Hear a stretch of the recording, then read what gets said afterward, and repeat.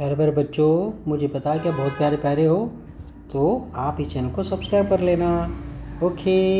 अच्छा देखो, इसमें हम सीख रहे हैं कि आपका √3 को इरेशनल प्रूफ कैसे करके करें। ठीक है, तो इसमें हम क्या करके लेट अस अज्यूम, मान लो टू द कॉन्ट्ररी, ठीक है ना, अपोजिट मान लो। ये रैशनल प्रूफ करना है तो रैशनल मान लो that √3 is rational, that is we can find integers a and b. यहाँ पर बी ज़ीरो नहीं हो सकता, such that √3 equal to a/b, यानी कि आपका जो इसने जब आपने रैशनल मान लिया तो इसे p/q की फॉर्म में रख सकते हो। ओके। अब आगे कह रहा है कि such that A and B have a common factor other than 1। अगर ए और बी, मतलब कि ए और बी में 1 के अलावा कोई और कॉमन फैक्टर है, जैसे कि आप देखो इसके अंदर, ये इसमें मैंने 16 और 82 लूँ तो इसमें आपका, अब मैं यहाँ रख रहा हूँ, मैं देखो 8 और 25 में इसमें कुछ नहीं, आपस में कट नहीं रहे हैं क्या, आप ये डिवाइड नहीं हो रहे हैं, तो दोनों में आपका, आप गौर से देखोगे 8 इंटू 1 और 25 इंटू 1, 1 के अलावा कोई कॉमन फैक्टर नहीं है इनमें, 1 के अलावा कोई कॉमन फैक्टर नहीं है। ये को प्राइम नंबर है। क्या ये 8 और 25 क्या है, 8 और 25 क्या हो गए, को प्राइम नंबर हो गए, जो आपस में कटते नहीं है। जब उन्हें p/q फॉर्म में लिखा जाए तो वो कटेंगे नहीं, वही को प्राइम नंबर है। क्या है वो, को प्राइम नंबर है। अगर को प्राइम नहीं है, जैसे कि इसमें दे रखा है, इस वाले में दे रखा है, तो आप काट लो उसको। आप ऐसे रख सकते हो 16 को 8 इंटू 2 और ये 41 इंटू 2। ठीक है, तो आप जो है इसके अंदर ये, ठीक है, ये आपका 2 कॉमन फैक्टर जो कट जाएगा, कॉमन फैक्टर जो है जैसे ये कट जाएगा, तो आपके पास 8 और 41 जो बचेंगे वो को प्राइम नंबर है।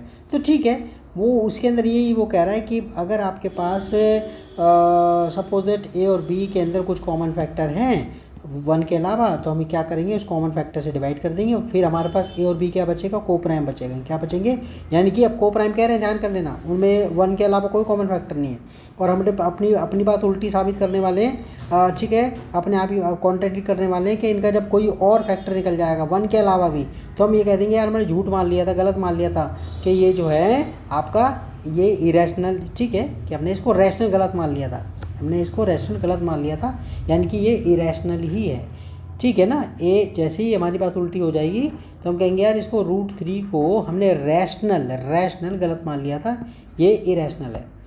सो √3 इक्वल टू a/b आ गया, क्रॉस मल्टीप्लिकेशन करा, ठीक है, फिर आपने स्क्वायर कर दिया। मैंने √2 के लिए पहले क्वेश्चन में डिटेल में बता रखा है, यहाँ पर जल्दी बता रहा हूँ मैं, ठीक है। ओके, तो वो देख लें, 13-14 मिनट का वीडियो है वो, देखो √3 इस पर स्क्वायर करा तो आप पे 2 स्क्वायर की वजह से तो कट गया, ठीक है, ये कट गया आपका, तो आपके 3b² आ गया, a² आ गया। और आपको पता है कि जब दो नंबर मल्टीप्लाई करने में यूज़ होते हैं, जैसे मैंने एग्जांपल 2 और 3 का एक एग्जांपल ले रखा है इसके अंदर, तो 2 और 3 जब मल्टीप्लाई होकर के 6 बना रहे हैं, तो 2 भी काटेगा 6 को और 3 भी काटेगा 6 को। अदर वर्ड में कहें तो 6 डिविजिबल है 2 से भी और 3 से भी, ठीक है ना। अदर वर्ड में कहा 6 डिविजिबल है 2 से भी और 3 से भी, तो हम कहेंगे इसके अंदर ये जो दोनों नंबर है मल्टीप्लाई हो रहे हैं, 3 और b² मल्टीप्लाई होकर के a² बना रहे हैं, तो हम कहेंगे a² डिविजिबल है 3 से और a 3 से भी डिविजिबल है, a इज़ डिविजिबल बाई 3। यहाँ पर लिख देंगे कि भाई 3 को प्राइम, जो प्राइम नंबर है, और 3 अगर a² को काट रहा है तो 3 a को भी काटेगा। That's all. ये लाइन स्टेटमेंट लिख देना, आपका गलत नहीं होगा फिर। अच्छा, अब जे आपने कह दिया कि भाई a जो है डिविजिबल है 3 से। अब गौर से देखो, अगर आप जैसे एग्जांपल यहाँ दिया मैंने, यहाँ देखो 12 आपका जो है ना 12, ये 12 आपने, ठीक है, 12 को 4 से काटा, पूरा कट रहा है, 4 3 से 12, ठीक है, तो आपको 12 को क्या लिख सकते हो, ये डिवाइज़र है, ठीक है, ये डिविडेंड है, सॉरी 12 क्या है, डिविडेंड है, तो 12 कितना आ गया, 4 इंटू 3 आ गया, 4 इंटू 3 दोनों। ओके, तो यानी कि आप ये कह सकते हैं कि आप जो डिविडेंड क्या लिख सकते हो, डिवाइजर इंटू क्वोशंट के करके, वही तो लिखा मैंने भाई। a डिविजिबल है 3 से, और आपका यहाँ पर ये मैंने एग्जांपल भी दिया, a डिविजिबल है 3 से और आपका क्वोशंट c आ गया। मान लिया आपने a को डिवाइड करा 3 से, और आपका, ठीक है ना, ये आपका, ये इसमें a को डिवाइड करा आपने 3 से और c से मल्टीप्लाई करने के बाद आपका a ही आ गया, तो यानी कि a किसके बराबर है, a इन दोनों के प्रोडक्ट के बराबर है, तो ये लिखा है a इक्वल टू 3c। अच्छा, अब हम क्या करेंगे, a की जो वैल्यू ना 3c आई है, यहाँ रख देंगे a की वैल्यू, a की जगह 3c रख देंगे यहाँ पर। तो और यहाँ पर लिख दिया फॉर सम इंटीजर सी, यानी कि सी कोई इंटीजर है, दैट्स ऑल। अच्छा, इसमें putting A equal to 3c, A equal to 3c equation first में रख दिया, ये रख दिया इसके अंदर। तो 3b² कितना हो गया, यहाँ एक ही जगह रख दिया, देख रहे हो ना ये ठीक है ना, ये 2c जो है पूरा एक ही जगह रख दिया। तो कितना हो गया 3c², तो यानी कि 3b² equal to 9c²। Square ने ये सॉरी इसके स्क्वायर की वजह से 3 का स्क्वायर कितना 9 हो गया, 9c² आ गया। और आपको पता है 3 यहाँ पर भी है ना, ये 3 से कटने वाले नंबर है, तो 3 से दोनों तरफ डिवाइड करोगे तो यहाँ पर तो b² बच गया, यहाँ पर 3 बच गया।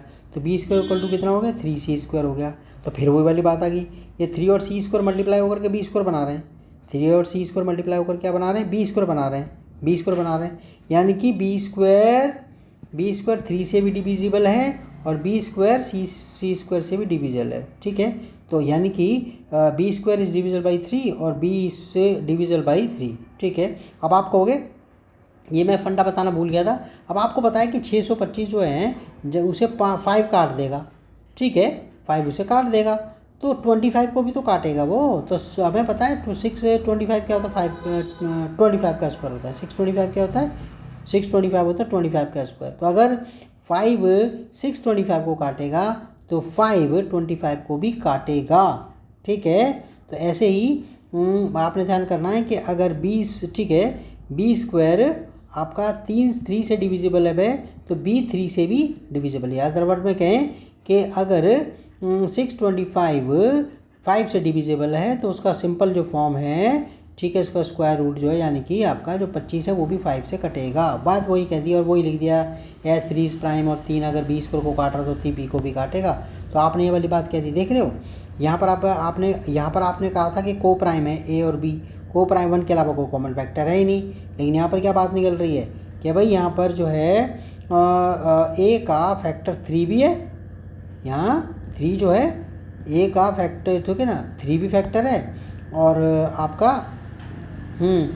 b का भी फैक्टर 3 है। तो यानी कि a का फैक्टर क्या है 3, b का फैक्टर क्या है 3, यानी कि a और b का कॉमन फैक्टर क्या आ गया, a और b का कॉमन फैक्टर आ गया 3, यानी कि 3 कॉमन फैक्टर है। लेकिन अभी तो आपने कह दिया को प्राइम है, वो क्या है, ये को प्राइम है, यानी कि उनमें 1 के अलावा a और b का 1 के अलावा कोई कॉमन फैक्टर नहीं था। यहाँ पर 3 भी यहाँ पर आ गया, a का कॉमन फैक्टर 3 हो गया, a का कॉमन फैक्टर 3 हो गया, b का भी कॉमन फैक्टर 3 हो गया। तो हम कहेंगे so a and b have at least 3 as a common factor, but लेकिन यानी कि 3 इनमें कॉमन फैक्टर है a और b का। But this contradicts the fact that a and b are coprime. हम तो को प्राइम मान चुके हैं इनको, a और b को, यानी कि इनका 1 के अलावा कोई कॉमन फैक्टर है, यानी हमारी बात उल्टी साबित होगी ना। दिस कॉन्ट्रडिक्शन हैज़ अराइजन, ये कॉन्ट्रडिक्शन निकला है because of our incorrect assumption, हमारे वो एजम्पशन गलत मान लिया था that √3 is rational, so we conclude that √3 is irrational, ठीक है। Okay, bye bye, take care, हो गया ना, ठीक है।